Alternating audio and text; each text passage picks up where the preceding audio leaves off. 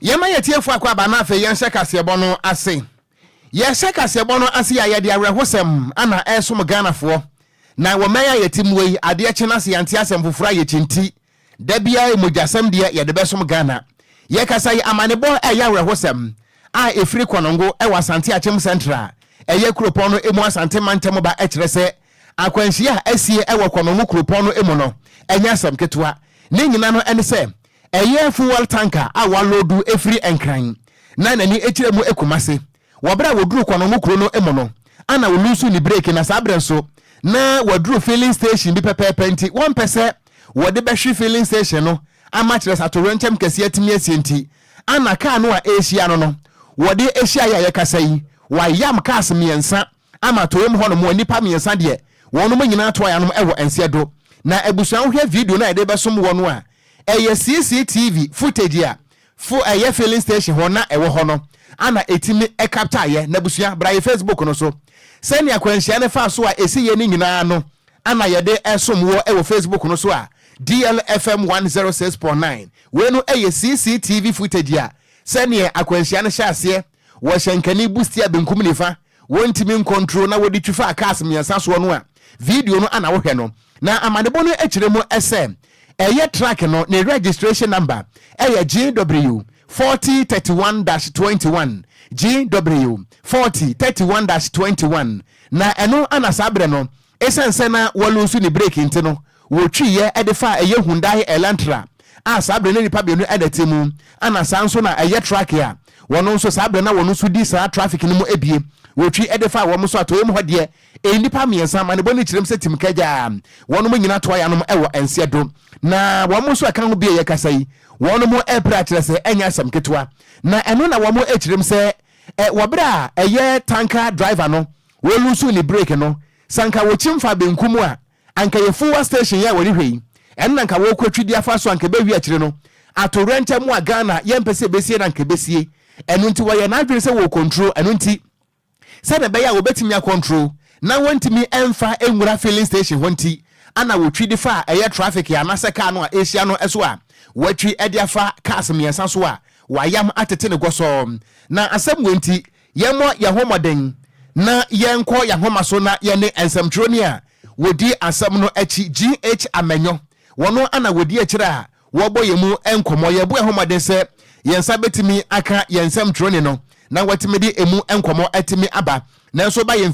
Facebook no eso a eye DLFM 106.9 DLFM 106.9 wo ba wonsa ebetimi ehunu sania AC koso ni nyina bi ewo ho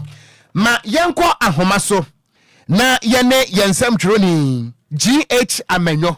wodi akire ejina accident scene hono mo a wodi mo enkomo esom yen akura apomba kwade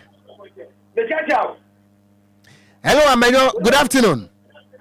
Yeah, what about who's saying I'm church obibia? Good afternoon. One pomba kwade Body Adaroma, yejinam. Wadaroma akwanhia ya ye hwe ho video ewo ye Facebook iswe mo na mo wakonongo mote ne san na ba ne san Odi asabu ye tanka driver ya bon say what if you are over ya da wo fin driver e du ba bi e fe konongo magazine e system na wo fi system wo ba ya wa mra ka sie bi da ente wa fa santi achem da no amra ka sie bi e da nchei tamra da nchei no ba no bo be ka e mo amide ka mesusu se ka wo bo ra da amra ni naka ye to ye naka shi ezi da bai wa nya ta wa na ni se obeye pa so hada se so ababa be maka ba fo pi kwani naka kwani wada wa ma tika ru ba bi na American so ti a wajina ahwe ye ekoso woni obi ba ana kia da ba bi so abete kwa bu mane akọ ba bi a ye frano ye Chicago o mane na wa mane no ana wanzu pia so boko a odi sia no odi sia na mo hwe land for bi a udai land for bi adu di traffic ma wa ba ko pia no akọ se iron road China odia ni pa mi se o ka ni mu de o ma to na nanu mo sie do a DLFM 106.9 ya ho papa na ya wa mni de ana de ya ba mo bufuo ama sanje achima po twa ene se no yɛde government block kora wɔ nipa bɛtumi afa hɔ asante ate mpanimfoɔ they know ɔmo yɛ aware sɛ baabi a wonya ne sɛ nneɛma hɔ nyɛ ɛhɔ ɛyɛ prompt accident yɛne nkura nsia ati wɔ nsia ati biawa the dia no ka say kura no ben ben kura wa te go ba kwa te sibiem ama yenya ba so afato atoa na nan mo tie enti amenyo na kire se won kire mo no pavement no kura mpo anka nipa befa so no ye ton ne ma wo so nti no ennenam so asa akwanhia yi wanya ba bia mfamfa wakum nipa yo ho ni o ma ya ton ni o ma ya o ma block no ti nipa na e de nipa fa kwani e kwani ni e de nipa fa enti ye kasa yi cars no a involved in this accident no mpato ya twetwe afiri ho tanker driver no wa hin fa eno dia mame mo fire service for abato ni police for abato DLFM 106.9 see we need 20 minutes omo ti say aye petrol tanker no pe eno mu do 110 omo do wa so ana omo do so omo so I'm trouble petrol tanker no to start go pin say e so ri ade e say I'm ta ko be bio study so ta be good so I go pin so go check car free ho ti ma me mo fire service for abaso ambulance for and police for abaso that obuti no share e ma bi bia to di enti ye ka say enipa miensa wo mo ewuo no emu no wo hefa e ti ade omo steward mortuary Omo Steward Hospital ewa yakwe yo. Ewa yakwe mortuary ho. Okay. Me pa cha o shankani na otwi tanka no a police fu ache no anase aye ne dan. Do ho ye. O di ni pa do so. E to di hu fra ni pa ni. Enti ye bepe mo na mu hu se driver ni no onie. Afena police force start wi hwemu. Ni wia, do se me kwa ko wi hwemu so mo saka. Na mo sanka. Wadaroma koso adi akire ma ye de besie bia nso no DLFM ye won kran na de mu nkire mu asa asom ye wae ye da se papa abusua ye nua wo boy mu amane ye frɛ no GH Amenyo na wo ba ye Facebook no so a we ne frɛ no say videos and pictures of Inogan wo hwɛ we wani nso a enyi na we no eye CCTV footage wo filling station ho no ana etimi a capture sani akwanhia ne sisi ye a wo hwɛ sani tanker driver no we see the woso cars miensa Hyundai Elantra bako ana small truck ne bako ana sprinter bus ya woso nipa bako a na kire se ano odin ye papa Kwadwo oko hwesa ne video no esi atia wow in fact nema bi say no sisi a na oko ama yemso no egujam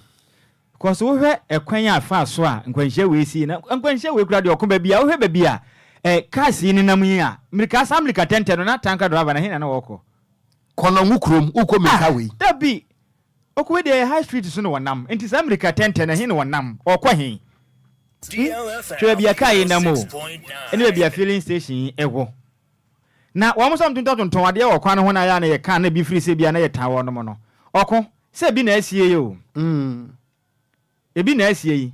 kwa Ghana Cocoa Board anim honom e wa Accra Central na kopie mu e wo tudu ni mpote na kwahwe ade kimbu kwahwe de hwaye ye ka na bi mu fi se bia ye tan nipa ni bi kosi yam bi honom na kwahwe de ye koso hwe abusuamu a mo hwe video no ho wo bia antan wo bia o mo hwe video ni ye mo be hunu se kono ngo pavement no so no ye ton iron rods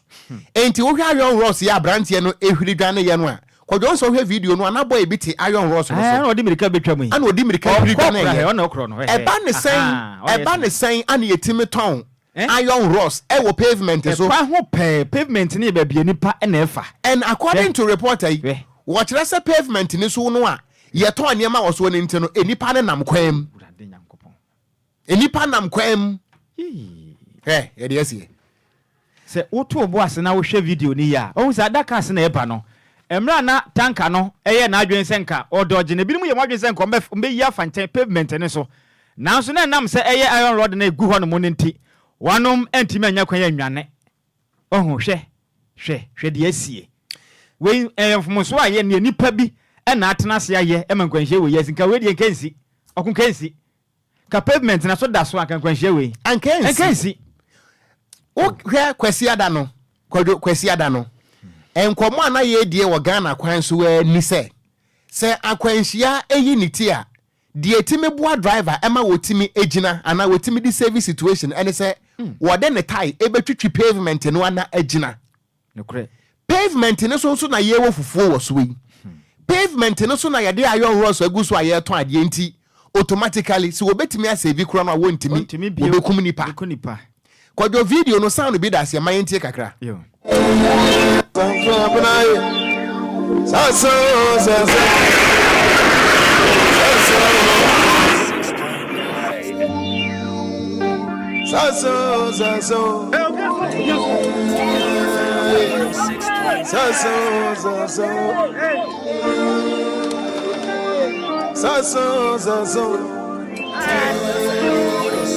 Mama na kura no so eno na kura no so ibesi wiye so ibesi wiye so eno fra busuya no so papa na kura no so abaza papa fra busuya no so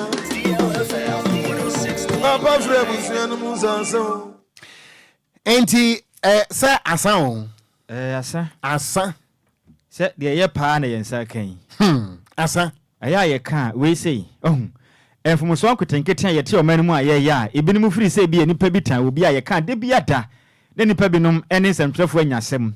ɔko asɛm we aye kan wo ho mesi we ukopiem osi ya kai ebi adane abutu abu nipa bi na mu wo pen nanso ene ba bia ka ne mu to aye nipa ebi hwere wo no nkwa no ɛhɔ ne mu nyina sa aboma bio Kwadwo video na me hwɛ no ho se enye news na esese ye kan ya na ye se nka ye pon nka ye pon yes Kwadwo se boy bi ehye orange yeah ebusuan hwɛ mra na tanka no atifri na eba no nti okwe makofim pose nti enipa na hyeka ne mu sa na de o she orange ne wawu no hyeka ne mu no wawu no hye mu no onna te elantra no mo nipa mi no no te elantra no mo we kan ho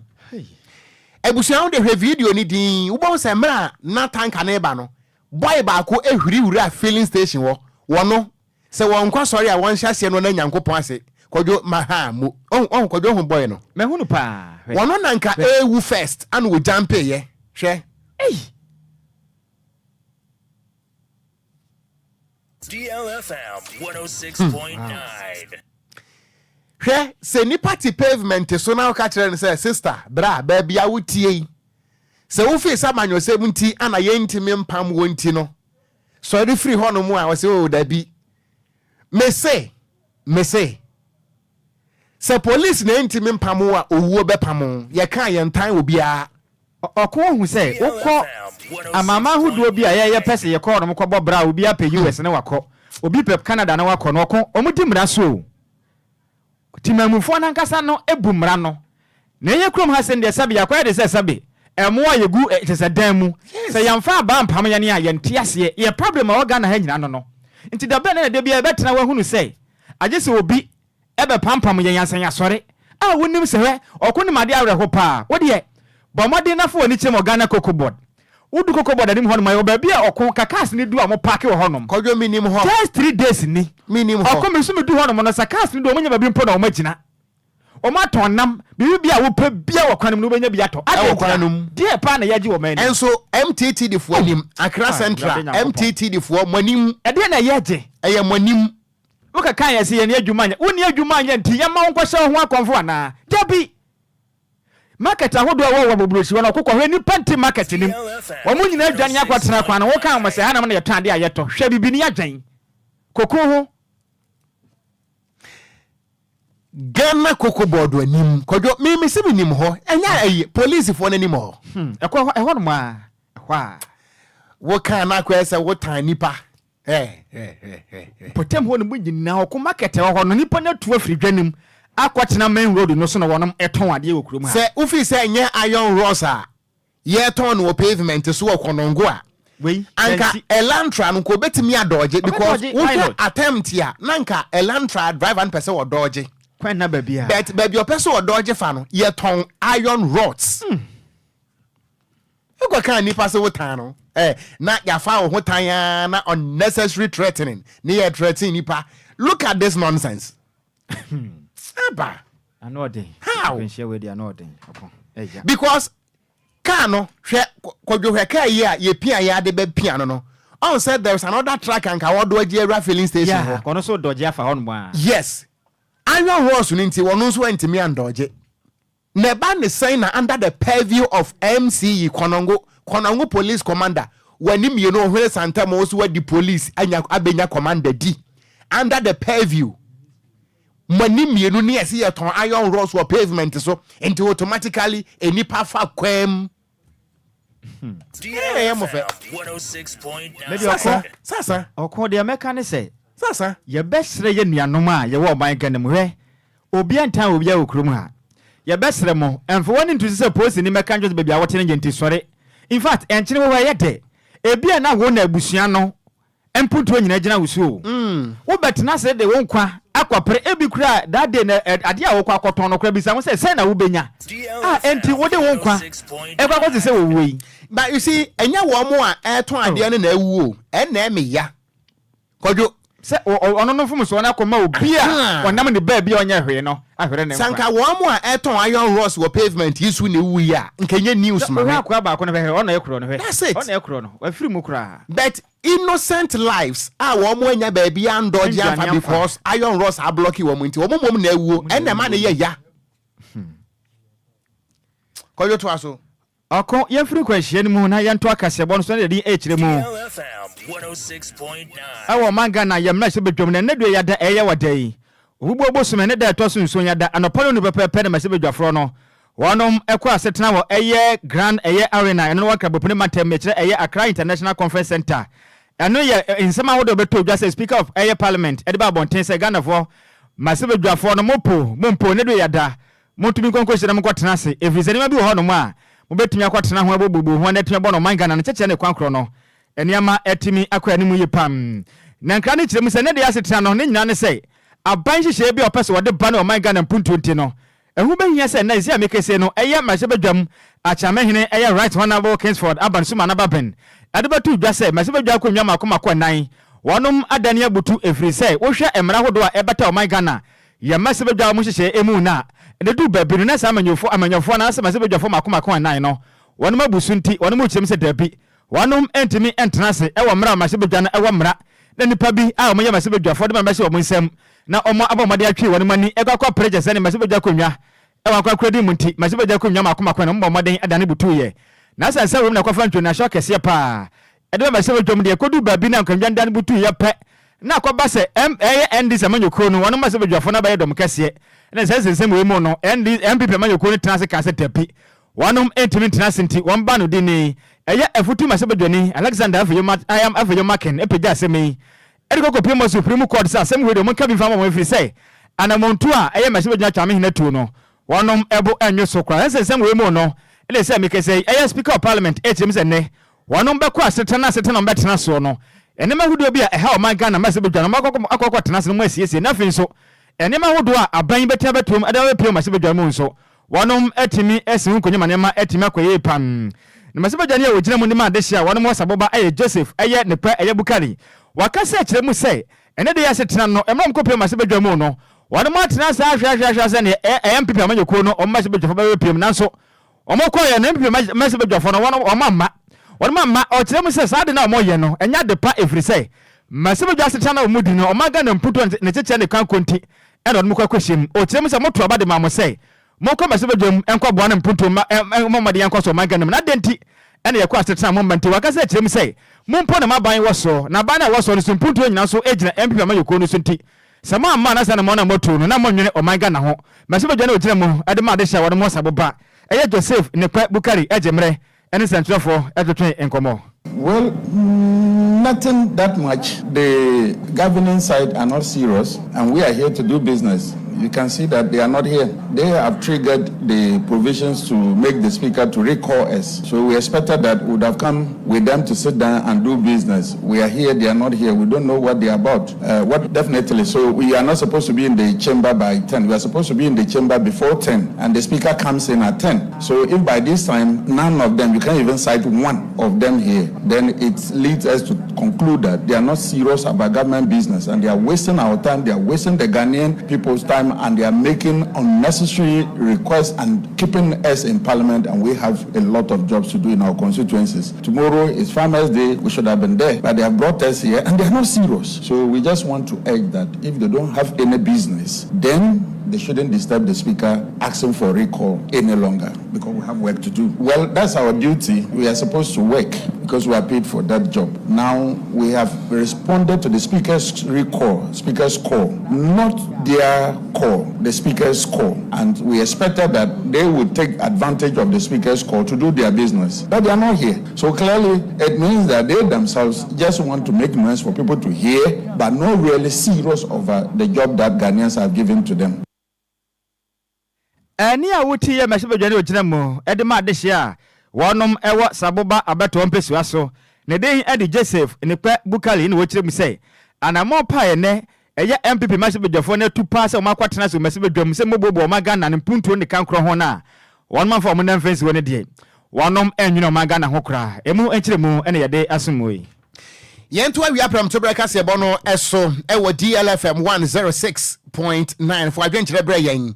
na ebre no so ebekin kan ne nyina so ede ama waya da so agina mu wo my Ghana yemra hye bedwafie na enra ana right honorable Aban Kings for the summer na bagben wo friends am trofo na ne nyina no ene se ensam ahodo anansan adane nchi no ahyew wo emra hye bedwam ene Supreme Court ntem no na ehu behia se wogina simpi eni apaso no wode nkirekire mu ensom Ghana fo na nsam trofo nso yetibie na yebo oman ne nyina mane na wabra yewra speaker right honorable Aban Kings for the summer na bagben wakasa na wochire mu ese wo hwe nansan anamo bia eye Supreme Court no etu no a wo kan plane wo nsuro bia wo pese wo kan emawiase nyina te se executive no ana afa nsuro judiciary no ana wo mo aka bom epese emrahye bedwam yede wo manim etwifom na nso se wo no woda so tia ba anwa so se Speaker of Parliament no one tiase na entiase china firi se wo hene kwakura na se bempanisi abu ni yi atia na emom enye wo hemba bunu wakasar wo kirem se eye ne nwanwa pa se ade a esi wo parliament pen ebre bi atwamu na emrem ye beka ne se presidents convention and presidents edaho na wagina so na wade Ghana mra adi dwuma na ene enipa bi bedwan to Supreme Court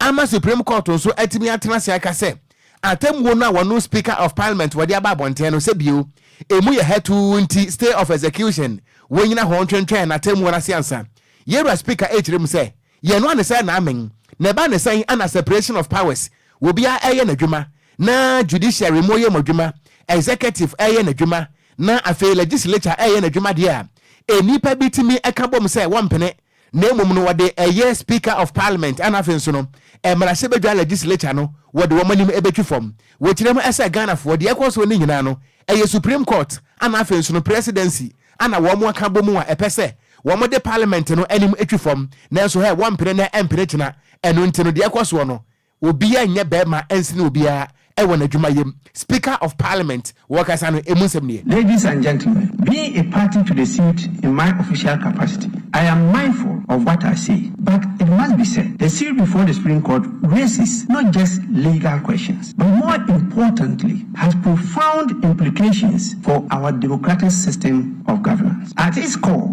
is the very essence of our democracy. While many legal arguments have been advanced in and out of the court, I recognize the fact that connected political and governance implications have not been addressed sufficiently to enrich the national discourse. It is my considered view this should also be vigorously articulated to give a holistic approach to resolving the issue. Enia yeti ye eye emrahye bedwamu achiamehene right honorable Aban Kings for the Somana Bagben and what the sansem we etu dwana ne nkasa mu na wo chire mu ese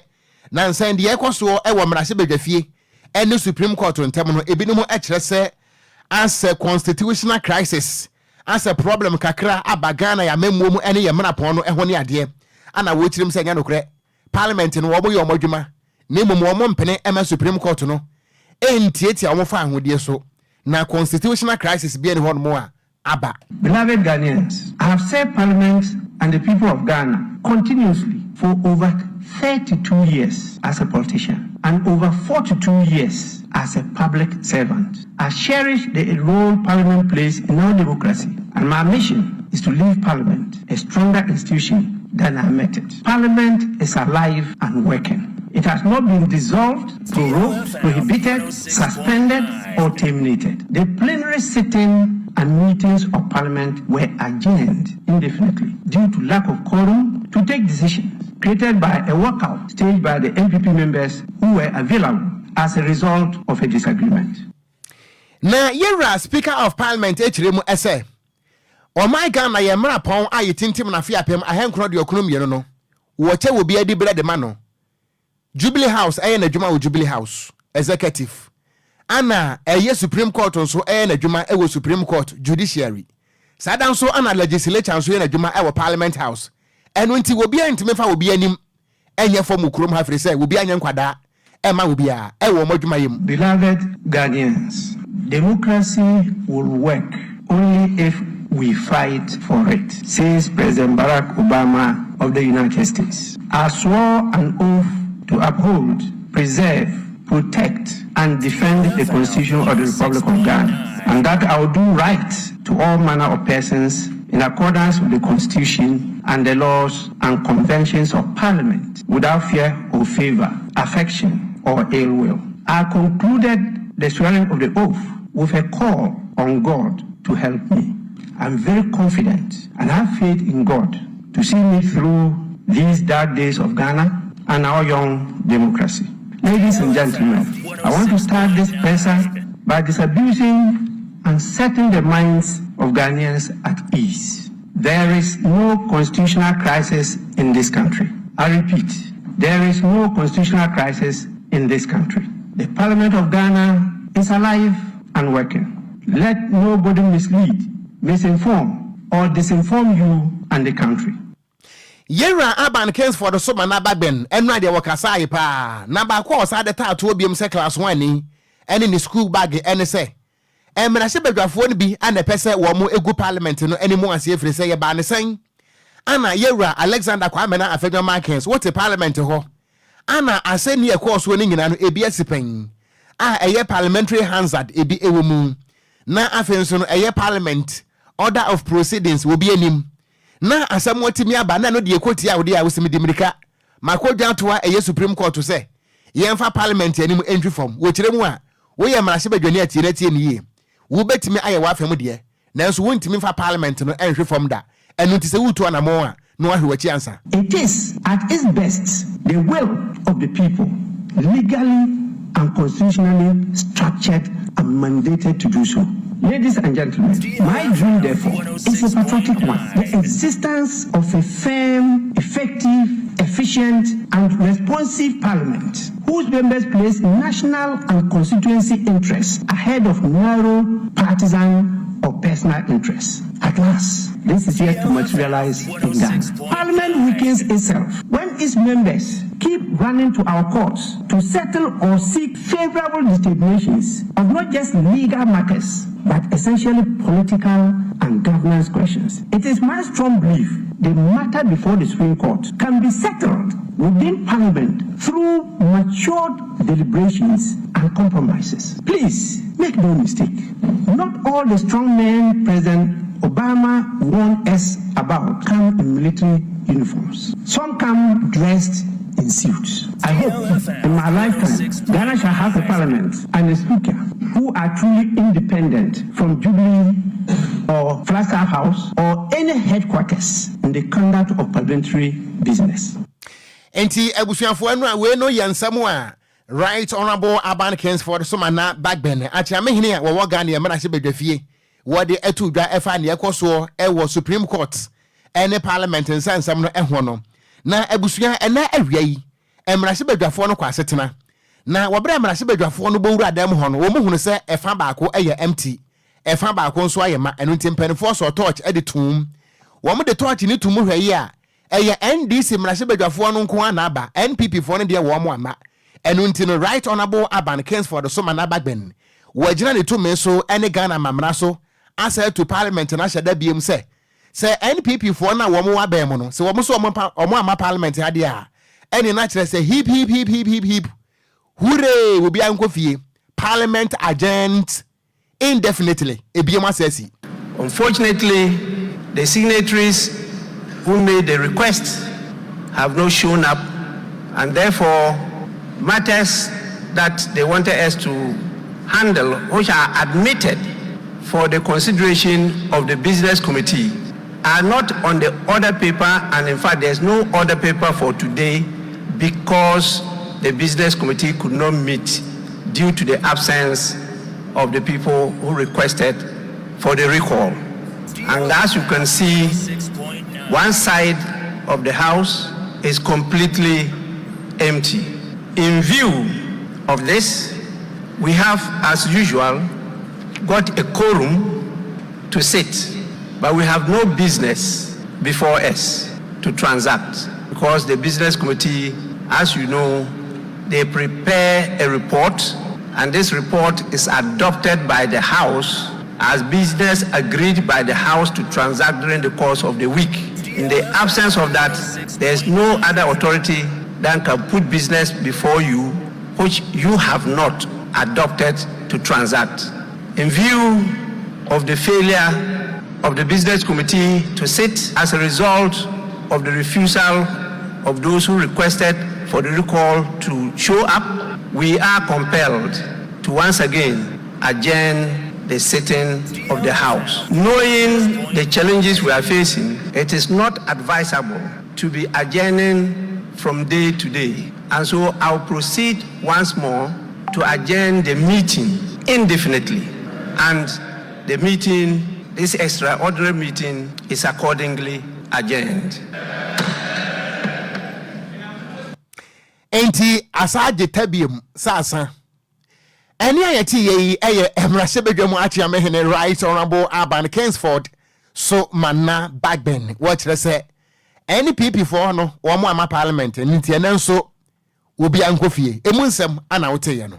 ye to akase bo no so a na ye bo ade aguramu ewo ehumasuam na esi amekese Ghana mampani na danko akufu ado obehuru o man Ghana banwa betena so ena o ka kire Ghana fo nyina say oman no edu babia na school mu nsensem na ye den pa frisa bata no edu babia na musikasem entim nya ne nanso nti wakwafa free searches dia ba Ghana de hia wonom ekọ eye free searches no chese bibia da hɔ kwa akoye fa no kwa emofra yi wonom entimi entua ka prekra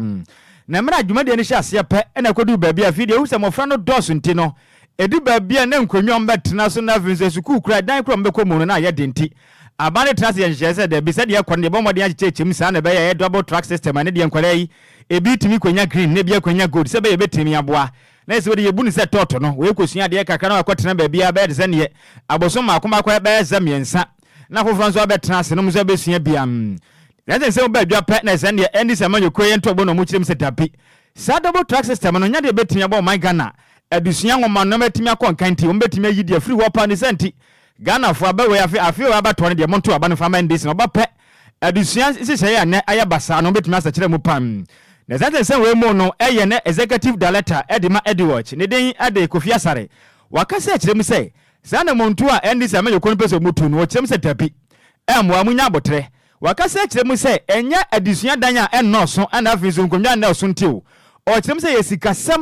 sikasam na oman yenim edu baabi abane nya ebi bank obe na sikasam ne nkoye ne send design this am yekon no person me de sakire me de ba na oman Ghana education system no etum gya na so ye pa de a enye ne nyina da ene jese ne double track system na mom no wonom nko pesika so munya sika ne betimi ne betimi aboa pa okirem se ne aka ne nipa do omutumi ekọ secondary school no na not so na so na mna de ne koye free no obi a pese ne bako binti eno atumi aboa nkwara dodo no wonom atumi akonkan no kan bia se mekese no ama da dodo no atumi ashota Ghana double track system no ekọ nkan no o kirem se ni se manyo konhye ne ma ye so mpese mbetena ma Ghana bedwa so bebu o ma ne dia na double track system no mutwa mu dia ma munya madwen se goma wetwam preko pa munya ne sa enye ni mo de mbetimi aya ne se mko pesika so musa ka sika na se nhye ntumi konkan dia sa double track system no obetumi atwa na mompa ama ne ma atumi akoye pa e ma je mre ɛne sɛ what treat nkɔmɔ no ɛmu enkyire mu nie. It's partly an infrastructure problem. It doesn't mean it's an infrastructure problem. I don't subscribe to the school of thought that double track is 100% an infrastructure problem. There is an issue of distribution, because there are schools that are underserved with students and there are schools that are overserved. There must be there's a demand and supply issue, and then there's an infrastructure issue. But anytime we have a discussion around free senior high school, whether it's infrastructural or whether it's food, note that at the base is financial. The economics of the situation. If you are adding private senior high schools, it is true that they have infrastructure, but you are adding more money, right? For the secondary level, MPP is promising to provide textbooks with digital infrastructure. These are all important. There's a new senior high school curriculum being rolled out. We are in month 1. It is now being rolled out. Okay, and this new curriculum has been carefully designed to prepare our students for the 21st century. Okay, and so certain key teaching and learning resources are required to ensure that teaching and learning in that curriculum, to the extent that creative skills, are all important. We need these facilities. MP focuses a lot of its promises in the secondary education sector and basic on implementing the standard-based curriculum and then the senior high school. So these are important ingredients in implementing the new senior high school curriculum. And so it's very, very important. Enuachi ena nsentwerefo ebisa Kofi Asare se senior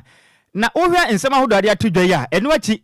endi zama yoko no beka se Senkopon ya adom na Ghana fo eto abadom no betina o man Ghana benwa kese ne so a eye private schools no mechira kwankwa schools no nyina danso wono so betia ma kwam obi akọ eye free education be free se o man Ghana yetimo no wono nyina dia etuato ena senior man Kofi Asare kirem se dapi sana mutuo na endi zama yoko no peso mutuo no emwo efri se se ye kese na nkasa no enkonwa mu kyem se bi ne ho school dan no so bi ne ho etimo makwan na nkwankwa school na mo so wo adan ne ade amofra ekwi mudo nyina be ebeka ho a na ye se ebedu ba bi na beji nsemu kura ni sente o mo ntena se na mo ye hyehye pom betimi de yaboa na no sikasem timi ba no bibia toye na school dan ne ade ne nyina timi kon kan de a o mo ye ne se be ne se ye kese de o mo ye mo adwene se o mo de private school no o mo ma mo kwa mo so bekọ eye free SHS ne bidi a ebe ha adwene pa ene so mo enkyere mu enie. Well, both parties are promising to continue free senior high school. Yes. That is great. It's good. Yeah, it's policy continuity. Yeah. I think that the decision to extend free senior high school to private schools by the end, the NDC's decision, it's not. It doesn't reflect the exigencies of the time. It is not a priority. Let me explain why. With the current 1.4 million children in school, we are struggling with double track. So if the NDC is promising to end double track, which is partly an infrastructural problem,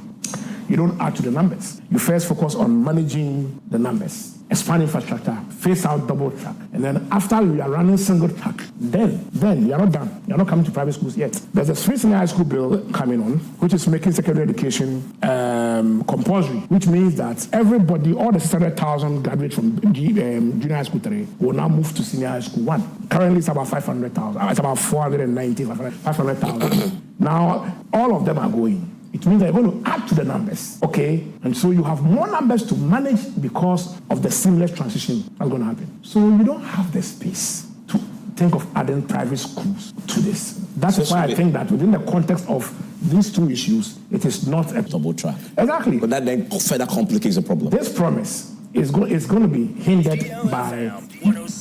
biting or chewing too much. Any awoti ye executive director Adema Ediwatch, Neden Ade Kofi Asare, Nene and Awoti. Yentu akase ebo no so ane ye body ewremu e National Commission for Civic Education for nso atena ye na chairperson Miss Kathleen Adi. Dwumadie bi akoso na eyensem trofo dwumadie e Nkran ha. Na ye maame Kathleen Adi ekogina se no wakasa na wochirem se wo man Ghana se akatu na bro ne ye kwakoto aba. Na wo hwe niam enena mwiemu no a Ghana democracy no enhyeda enyina yiye na de ba ko ebetimi aboa ama democracy no emu aye den na ye pampe se brezi ahoma ene se ensem trofo fa ahodie esese wo man Ghana ye bo ho ban papa wotiremu ese fitibra eye dodo amemu democracy eba ye no atena ye ba ko ni aso ye ba ko o matimi aboa ama bredru ani asomdua timi aba ama democracy etimi akonanim eye media ensem trodwuma nanso ne wo hu ne se ensem trofo no ehu kakra ewo emu efri se wo kan okura no a na wo da pawa so ye beba sapra wanam nanso wo kan de akyerensem trofo nyina se yenya kokoduro nya nyi adwuma yenya strong, free, fearless and confident so hu yenya reshemu na yenya vem ne yemfa nyi adwuma firi se ye di hu ehye yemu a eyade se democracy no ebeti ahwese bam enu nti wo kan de akyerem se wo my Ghana fo nyina mo sorry na ensɛmtwerɛfo adwumadi a yɛdie no mɔmɔ yɛkyerɛ dɔm ne yɛntimi nyɛ ne yɛfiri sɛ yɛntimi anka deɛ ɛkɔ soɔ no ankyerɛ amansan a wɔman Ghana ɛberɛ bi bɛso a ɛbɛbɔ sɛ ɛtɔ wɔde sansɛm wɔ nyina to da wɔberɛ a na national dialogue on defending media freedom ɛkɔ so ɛwɔ nkran ane ma me ɛkyerɛm sɛ abato yɛ a ɛbɛ yi sɛ ɛbɛtumi ayɛ asomdwe a ɛyɛ nsɛmtwerɛfoɔ ɛno nti no ɛmu nokora yɛnka na pɛpɛɛpɛ na mmom no wɔman no nyina ntwa nhyia na yɛmmɔ mpa yɛmfama nsɛmtwerɛfoɔ sɛ na ɛbɛyɛ adwumadi a yɛdie no yɛbɛtumi anya kokoduro akante saa deɛ democracy no ayɛ hu o ɛsɛ Achimota Forest. Listen to all the speakers that have come before me. It has been interesting listening to the political representatives, and we are looking forward to hearing more from the rest of them. What I'd like to bring our attention to is the fact that in all of this, we all have a role to play. I always say that in the architecture of our democracy, if we all do what we are supposed to do, we will move forward quickly. Why are media people being attacked? What is happening to those who attack them? If we take these things seriously, we would not even need to have these occasions, except to have intellectual conversations. Somebody attacks media. Is the person properly arrested? Is the person properly arrested? When the person is arrested, does the person go through the system and get the consequences of their actions? If we don't do that, we'll be talking as usual, more and more talking. When media also goes wrong, do we have the courage? The organizations that must ensure that we all live in a decent and civilized and civic-minded society. Do we do what we need to do when media men sit on air and do what is not right? Any ayeti ye National Commission for Civic Education chairperson Nedin at the Miss Kathleen Adi anokasa ye na wojina so ka se bio utu momone fo no na wotu ekuranso fo na wode afutu amansam trofo se ye bekọ abato emun ye hwe se ye nsem a ye beka no ebe ya nokure na enye nsem a ebetimi di wogya mom aba wotirem se ye won nsem trofo ni bi wo hon mo a wote dase abrawa wase mekura ne ye hwe kakra gum wose eba na saa no a Ghana ana edi to wasam ntinsam trofo no nso wopam chaw se de mu hu ye hwe na mo anka monka de ye nokure. Now, on disinformation, misinformation, and fake news, especially in the context of politics and elections this year, we have already seen it. And some of the perpetrators will stand on this very spot that I'm standing and condemn others. Yet they have machines set up to churn out fake news, disinformation, and misinformation in their bid to get power. We all know this, yet we all sit here and we all talk and we all go home. We must start to hold each other accountable. We must start to hold each other accountable. Political parties must be held accountable for these infractions. Misinformation, disinformation, and fake news is a threat, not just to the democracy, but to the very existence. It's an existential threat to our state. Any ayeti ye National Commission for Civic Education chairperson Miame wafa se Miss Kathleen Adi ana woka say na Kwadwo Okon National Commission for Civic Education na esesen ka wo musu tu wo ho fo wa hansam trofo ya je afutu no na emum NCC won mo nso asade emrande ama wo ne se wo mo modawuro wa bonte ma temamuni bi ehunu na asade. When was the last time NCC for mo so mutisi abonte sa mo ye nkyerɛkyerɛ every Ghana any no wanted the ekoso na senas wanted Ghana mrase a eno so a threat to democracy anameboa enti NCC for me ma make Kathleen ade yi apart from see ebeto abada ben ye hu mo MCC for se mo so mo ye nkyerɛkyerɛ an see den sitie waka kona wo mo de enso wanka omai mu yetimi pentika na ye de amamo na ya twero mu de agu ho NCC elections nkwa na yete monka anameboa Kwadwo de make a misinformation da bio NCC elections baba na yete monka monso masade tie brofo no National Commission for Civic Education NCC education no the year 2024 my dodo sen the year 2023 mo year dodo sen 2021 mo year dodo sen see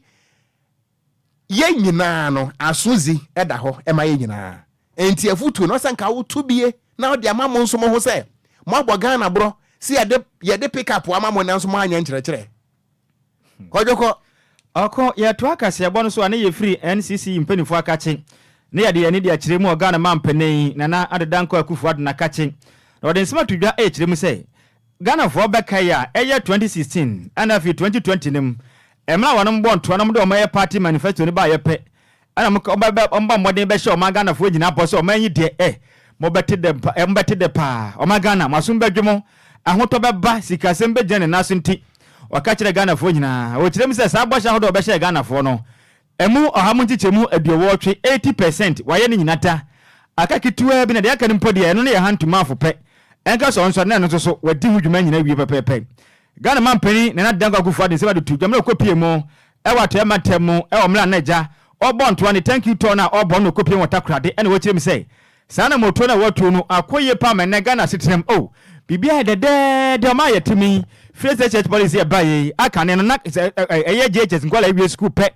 And my father brought up him 1 better nephew. One Antony and co school now so ne. Emra Magana second school by free no abua pamane abata na omukoma tumi harewonom omuntumi ntuaka prebenti mofra obi awie school pe na wata ne badge no okọ school yibi o chemse sana moto we na abua pa ne senti waka kire Ghana fo nyina ansa afia bato we de mamunya mistake mama de na mfo mani emfa nkire soro Dr. Alhaji Mahmud Bawumia ono ana ekronti montu abamfama na obapa enyuma pa oboy a ene Ghana fa so mani no Modi abanja ni se Dr. Alhaji Mahmud Bawumia ansa obetimi atosoma adwumaden atimi akwankan pam wakase akirem se oman Ghana se bo mmade ne yanto obemfama MPP amanyoko ne dia ne ya ye ho aburo every say empudujuma waje pa na promise ahodo de se Ghana fuei oyemu ha mu titima de wotwe de waye ne nyina wie nti Ghana fo de ntidia pa na moje mama ne se afi abato ne de mbato a monto emfama Dr. Alhaji Bawumia no bapa enyuma pa wabo no obetimi atosoma oman Ghana mpuntu etwe wo ban mu Ghana man penny, Nana Dango Gufado Casayano, Emu Entrimunie. The MPP manifesto of 2016 and 2020, 80% of those promises have been fulfilled by my government. Now, as you said, specific areas go on. This year, educational system. The only time, it is all Mendia. HBIS Shapama Koswaba, you only be kind when I this year was. When your foundation, Kapima, it will see on my educational system. As I remember, I should be a Marco JHS. I show BCC exam. I'm not here to report. Any awoti ye a Ghana man penny, Nana and Dankwa Ekufuato. Nansa mahodo de tuta ewo eye chesene Western region takrade no emu enchiremu ene yadwa so na ba Facebook no so DLFM 106.9 yam papa na pictures ni bigu aba obenya bi ni wahwe ne ebi ho emu ofe pa chesese na no manam kra we eye mfoni ahodo a yede akwakosi Agran Kwanta Regional Hospital ho no ma yede bo yam papa na Dango Gufuado na baso ni state uni bi ene yede ato Facebook no eso no yento akase bo no so a na wapania wono anesi American mano anemu ewo Ghana mechire US ambassador to Ghana ne din Edi Virginia Palmer wode atoda akire mu ese anyankufa eda Ghana ene American tem no ebekoso agina pintin emfa ho ene abato America fo koto ye ema Kamala Harris ne skirt ti anhia ema Donald Trump wasa no ni tirim biemu a wasa bedi enkonem no wode sansem we nyina to da wabra na wone nsam trofo di nkomo e won kran ana wo kire mu ese ewo mu se Ghana yanso no akatu na bro ne yakwakoto abade nanso no woka amana hye Ghana fo nyina nkran ne se anyankofa ene namfosam a ewo America ne Ghana ntem no afi krampo na emu ba ba ye den na se Ghana fo nyina be kai a enra ana beto odwa se wopani ana nka wo gina mu anase wopani a wo gina mu ede ema eye the Republican Party Donald Trump abeto dwa se wono ana atimi adi nkonim ewo America elections ya enra ebeto form no na enamso ema ye the Democrat eye presidential candidate Kamala Harris nso no enra beto dwa se ne skirt ate anya na no na se obedru Ghana hanomo a akwati time bia no de besie wa America no ye de sa dynamics no ewura ye nso amanyo semu ebi mo kire se o ene ayi Trump wa winie de ene Ghana nso no asomesi ne obenti ne be winie na no ana eye madam Virginia Palmer a wono we US ambassador to Ghana wada to da akire mu ese emfa ho ene elections results wa a free US aba no eno entimi mfa wa how bi e magana any America yonko fam na fempo na emu ebeye de pa. President Biden is the president until January 20th, until Inauguration Day. And we only have one president. It's in U.S. law. So this administration has said multiple times in public and to us that they intend to run through the tape. So to continue to keep the momentum up on initiatives that have been worked on in the Biden-Harris administration. So we haven't had any conversations about policy with the transition teams. But I will keep you posted, and you'll see continuity at the embassy, and I believe that you will see continuity. There may be different programs. There are often new presidential initiatives, and there may be some exciting new ones. Brofui de minidi kamani di ankam chirem ba kom de mentimi ha me ho nyesa me hwene be popa na eno achi no ana yema mesa de tato na wo chirem se Ghana akabo so me 30 days pepepe enebo so me na Ghana yakwakoto aba na wobesere Ghana manyofo se asumdue enkrata no momfa monsan hyase peace pact no wo se Ghana mpanimfo monsan. Ghana is the last in calendar year 2024, so I think sort of the exclamation mark on a year of what celebration of democracy. I think Ghana's democracy is the most important thing, and we've had some interesting conversations with Ghanaian officials about the need to have a democracy dividend even in established democracies, so that, for example, the countries of the Central Sahel look and say, wow, because Ghana is democratic and stable, they are prospering. And so I'm looking to deepen the economic partnership too. And I know there are lots of American companies and development finance institutions that are looking at greater investment in Ghana and partnership in Ghana. Ghana is the 4th country in Africa, I think, where we've announced it. We also have instituted that policy in Europe and Latin America. It's not directed at the government of Ghana or at particular political parties, but we can not just refuse visas, but revoke visas. Eni ayeti ye eye oba apani a wono anesi America aban anemu ewo Ghana. US ambassador to Ghana ne din e de Virginia E Palmer and what is ansem we atu edwai abusua ye gina we so na me kan Ghana fo adwente ne kakra nso ewo ha. Na Doris enim and was say kasebo no emu de papa ewo Cape Coast. Na was we ne life pa nso ewo ho hwe life nso and also o me ha. Doris se bibia bokode yenso yeda ase na Hansen Diodu ano se good afternoon woko ene Kwadwo Sammy na oda ase papa ene adwumade yede esom Ghana wo say I am listening watching you live from Atomic Hotel Dansoman ana odoi edifre temma wo say a month today every Ghanaian citizen of Ghana will be ready to vote yeda ase the audience so no menkan mo pamanyo sem dodo na Francis Nate ano se kan kwansia ho asem de oko wo be kan